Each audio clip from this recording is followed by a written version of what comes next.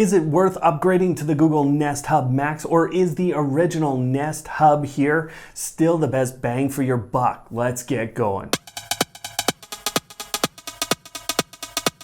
Hello Automators, thanks for tuning in again. I'm Brian from Automate Your Life, and today I'm going to take the frustration out of automation by helping you make a decision between these two great smart displays from Google. Now, the Google Nest Hub Max is the fantastic new device that they've put out, but you will find a $100 differential between this and the original Google Nest Hub here. So let's get through the comparison here and get you to a decision point where you can pick the right one for your home. There are a few really obvious differences between these two smart displays. This is a 10-inch smart display and this is a 7-inch smart display. And while I've been told a number of times in my life that size isn't everything, in this case, when you're thinking about watching video content, the size really does matter here. And what I'll tell you is really interesting about this is this actually has a better pixel per inch ratio than this device, so it should look clearer. But because of kind of the matte finish on this and the overall size, if you're not within a few feet, this starts to really shine through. And so if you're someone who's going to consume a lot of YouTube TV subscription service in the US, any sort of video content, this is where you're going to want to head. In terms of music and audio services, this is the same. They all have the same access to Google Play Music, YouTube Music, and all the different services that you have available in your country. Where it differentiates is in the physical hardware here. This is what Google calls a full range speaker, and I'm putting that in quotes for a reason, whereas here you're getting almost a full speaker system on board. This has two 18mm 10-watt tweeters in it and a 75mm 30-watt subwoofer, and you can really tell the difference here in terms of audio quality. So if you're planning to listen to a lot of music through this device, it's not even close. It's definitely time to go for the upgrade.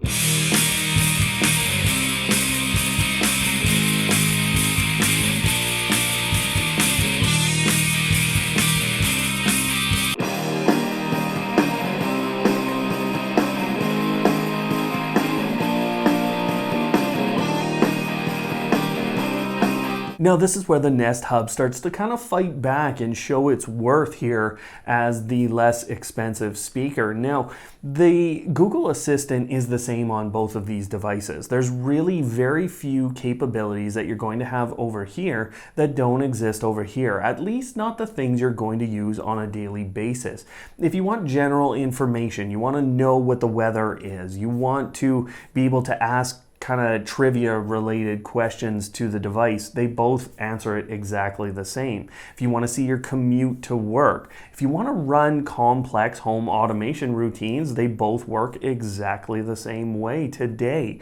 So there's really very few things that you're going to find that is different between these two devices. Some other examples of this, you can go ahead and make reservations, send reminders to family members, or manage your own reminders, and as well manage things like custom lists and your calendars here.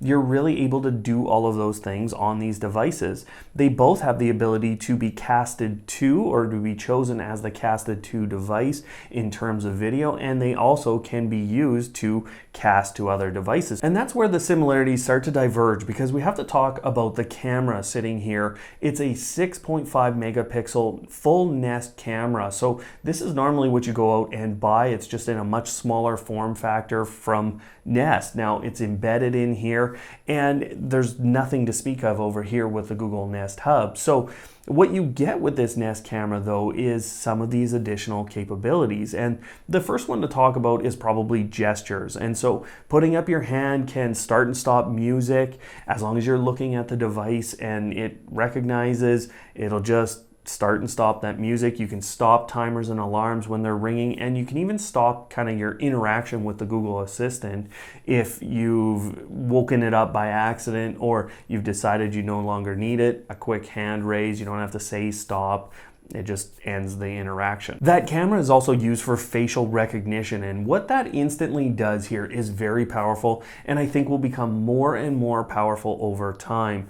You look at the device, it recognizes you, it pops up your little icon from your account, and then what that means is instantly all the results are personalized to you. It knows you're sitting there. It'll tell you in the morning about how your commute is instantaneously. It'll say good morning and then show you that. It also personalizes the music, video, news, and even events around you to what you've looked at in the past. And I fully believe that in the future, as we talk about these reminders and the ability to, give your spouse a reminder to do something, I fully believe those kinds of things are going to show up on this interface.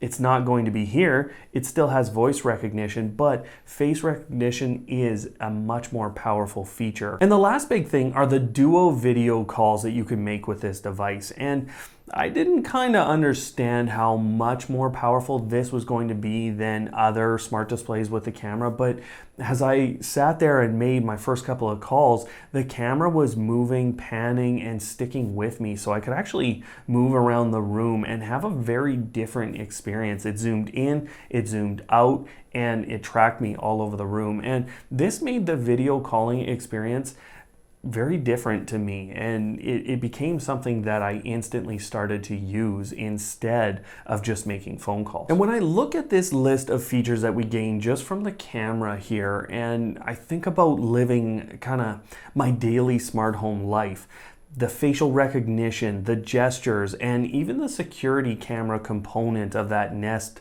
camera, it solves a lot of different things in my life. I think about the recipes that I'm going to get personalized just for me. I don't have to ask, I just have to look at the device and swipe over, and I can start browsing recipes. And I really think that this camera on here is a gateway to a lot better of an experience with our smart display. There are some usability improvements when going from the 7-inch smart display to the 10-inch smart display, and really the first one is based on the far-field microphones. They seem to hear better, they seem to hear clearer, and I have a little bit better of accuracy over here. It's not a lot of times that I notice that, but I think over time we're going to see that gap widen as this clearly has a better processor. It is much faster at responding and bringing up content onto the screen.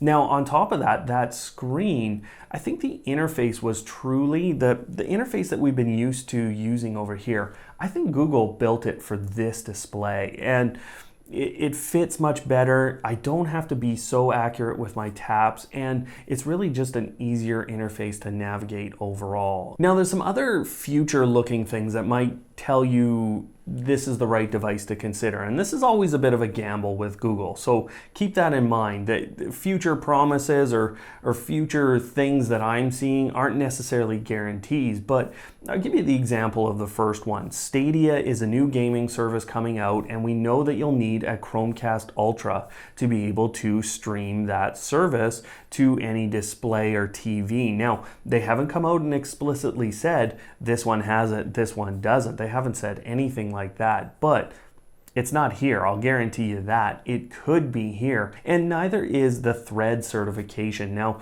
they haven't brought out anything to do with this other than this can essentially be a repeater in a Thread network, but I would expect the home automation options to be better and better over time over here on the Nest Hub Max. Now, with all of this said, there is a couple of situations that I can guarantee you each device is going to perform better within. Now, let's start with the bedroom, and I don't think in any stretch of the imagination you want to stick a camera in your bedroom. And hey, maybe you do. Actually, I should reconsider that. Maybe you do, but I don't.